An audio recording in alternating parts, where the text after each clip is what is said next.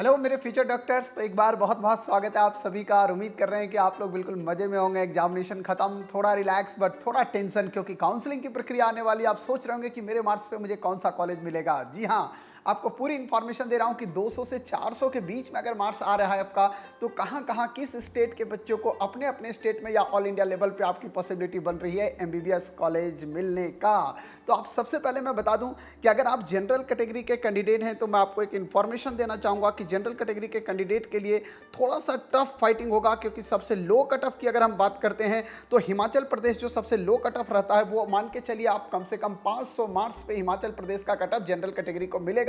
मतलब 499 495 के बीच भी आपको कॉलेज मिल सकता है। इसके अलावा अगर हम बात करें जम्मू कश्मीर, तो 520 पे लास्ट ईयर भी अलॉट हुआ था जम्मू कश्मीर, ये भी लगभग 510 के करीब जा सकता है। लेकिन इसके अलावा अगर आप बात करें तो जनरल कैटेगरी में और कोई ऐसा स्टेट नहीं है जहां पे इतने मार्क्स पे आपको एमबीबीएस मिले। लेकिन हां, अगर आप ओबीसी कैंडिडेट बन रहे हैं या ओबीसी कैंडिडेट के अलावा आपके पास जो है वो ईडब्ल्यूएस कैंडिडेट हैं, एससी एसटी हैं, तो बहुत सारे स्टेट हैं जहां पे आपको 200 से 400 मार्क्स पे भी एमबीबीएस मिलेगा।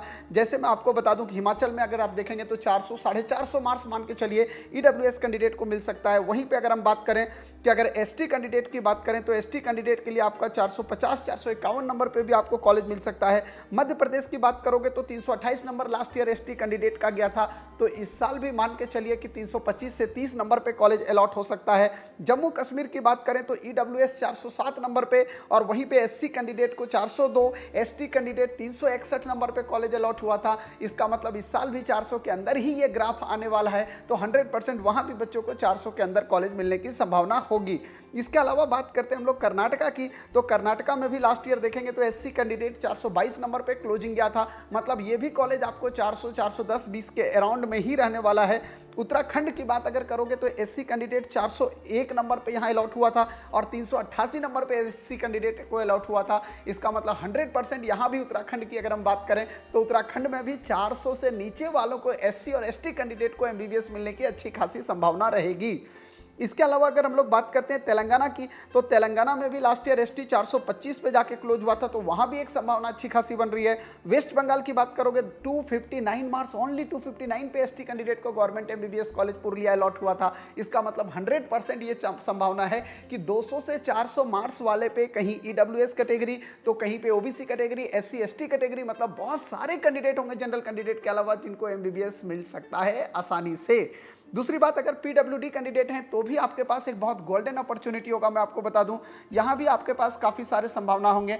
और अगर आपको मैं बताना चाहूँगा कि अगर आप ईएसआईसी कोटा से हैं तो ईएसआईसी कोटा का चूंकि कट ऑफ अगर आप देखेंगे तो लास्ट ईयर जो है वो एससी कैटेगरी का जो है वो 325 से आपका जो है एससी कैटेगरी रहा था। ईएसआईसी जो का जो आपका वेस्ट बंगाल में ये अलॉट हुआ था। इसका मतलब ये है कि अगर आप एससी कैंडिडेट हैं तो 300 से नीचे और 300 के करीब में भी आपके पास कहीं ना कहीं चांसेस बन रहा है।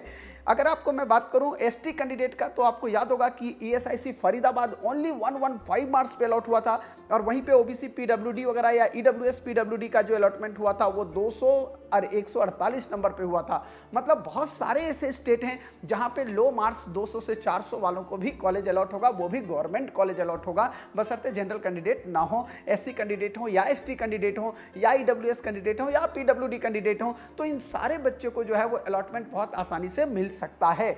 अब आपको सतर्क रहने की जरूरत है काउंसलिंग में, कि काउंसलिंग में हमारी चॉइस फिलिंग कैसे होनी चाहिए, किस सीक्वेंस में चॉइस फिलिंग करें कि हमें ये सारे कॉलेजेस मिल सकता है ऑल इंडिया कोटा वगैरह से। तो उसके लिए थोड़ा सा आपको अटेंशन रखना पड़ेगा और आपको जो है वो अच्छे काउंसलर की तरह अच्छे काउंसलर से अपने एडवाइस को लेना पड़ेगा और अपने कॉलेज लिस्ट को तैयार कराना पड़ेगा। तो फ्रेंड्स ध्यान रखिएगा कि अगर आपको लगता है कि आपको किसी भी कॉलेज का या किसी स्टेट का या ऑल इंडिया कोटा का काउंसलिंग का लिस्ट चाहिए तो आप रजिस्टर कर सकते हैं आज ही हमारे पास, क्योंकि लिमिटेड सीट का रजिस्ट्रेशन हम लोग ले रहे हैं जहां पे 2 बार आपकी डायरेक्टली मेरे से बात भी होगी और साथ ही साथ पूरे इंडिया के जितने कॉलेजेज हैं उनकी लिस्ट भी आपको प्रोवाइड की जाएगी। Thank you.